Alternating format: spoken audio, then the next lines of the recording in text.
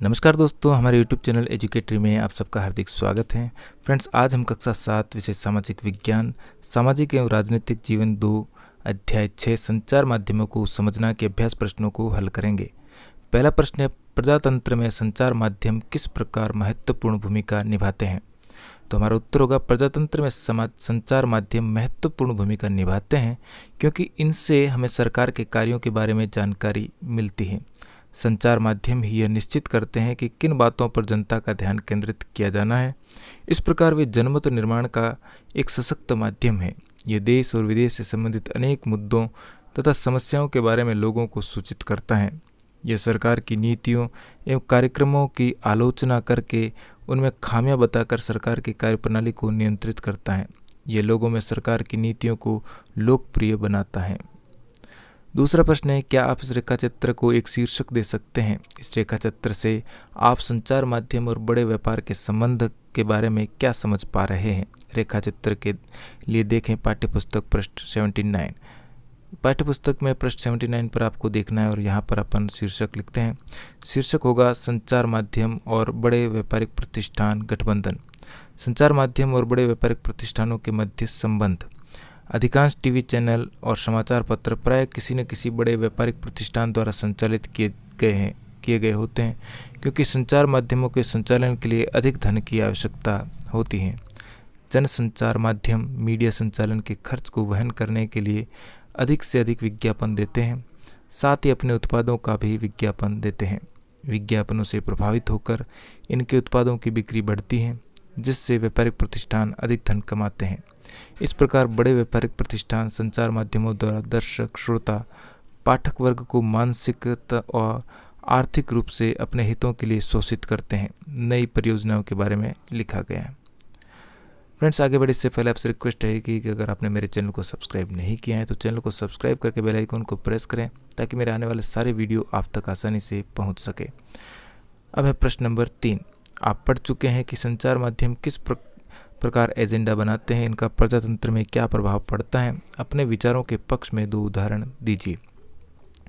उत्तर होगा, संचार माध्यमों को लोकतंत्र का चौथा स्तंभ कहा जाता है। संचार माध्यम आम लोगों के मुद्दों को एजेंडों के रूप में उनके सामने लाते हैं। इसके उदाहरण निम्नलिखित हैं। पहला उदाहरण है, संचार माध्यमों ने कोका कोला पेय में कीटनाशकों का स्तर खतरे के स्तर से बढ़े हुए होने की और हमारा ध्यान आकर्षित किया। इन्होंने इसमें कीटनाशकों की अत्यधिक मात्रा में होने की रिपोर्ट प्रकाशित की। इन्होंने सरकार के दबाव के बावजूद निडरतापूर्वक घोषणा की कि कोका कोला पीना सुरक्षित नहीं है। बाद में जब सरकार ने इस पेय को सुरक्षित घोषित किया, तब संचार माध्यमों ने इस तथ्य को भी प्रभावी ढंग से पेश किया। दूसरा उदाहरण है, संचार माध्यमों ने चुनाव के समय सत्तारूढ़ दल के द्वारा प्रयोग की गए सरकारी तंत्र के बारे में चुनाव आयोग को अवगत कराया। इस पर चुनाव आयोग ने इस बारे में तुरंत कार्यवाही की।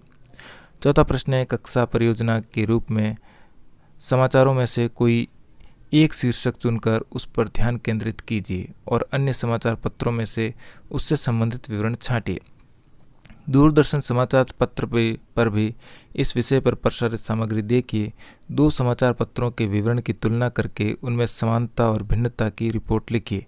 निम्नलिखित प्रश्न पूछना सहायक हो सकता है।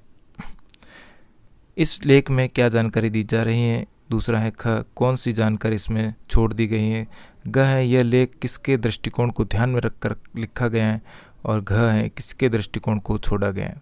तो सबसे पहले उत्तर होगा, विद्यार्थियों को खुद के और किसी और के यहाँ से अखबार लाकर किसी शीर्षक को चुनना है और उत्तर जानने का प्रयत्न करना है। तो सबसे पहला प्रश्न है, इस लेख में क्या जानकारी दी जा रही है? तो हमारा उत्तर होगा, इस लेख में सरकार द्वारा जारी की गई नई योजनाओं के बारे में लिखा गया है। फिर है दूसरा ख, कौन सी जानकारी इसमें छोड़ दी गई है? तो हमारा उत्तर होगा, इसमें यह जानकारी छोड़ दी गई है कि हम योजना कैसे अपना सकते हैं। तीसरा है ग, यह लेख किसके दृष्टिकोण को ध्यान में रखकर लिखा गया है? तो ग का उत्तर होगा, यह लेख लड़कियों की पढ़ाई के दृष्टिकोण को ध्यान में रखकर लिखा गया ताकि सबको फायदा हो और सबके पास ये खबर पहुँचे। अब है घ, किसके दृष्टिकोण को छोड़ दिया गया है? तो यहाँ पर हमारा उत्तर होगा, इसमें योजनाओं को पूर्ण रूप से नहीं लिखा गया है और कैसे कुछ लड़कियाँ जो योजना का अंग नहीं बन सकती हैं उनको छोड़ दिया गया है। इसके साथ ही हमारा पाठ यहीं पर समाप्त हुआ। वीडियो अच्छा लगा हो तो लाइक, शेयर और चैनल को सब्सक्राइब करना बिल्कुल भी न भूलें। मिलते इसी प्रकार के एक और वीडियो में। धन्यवाद।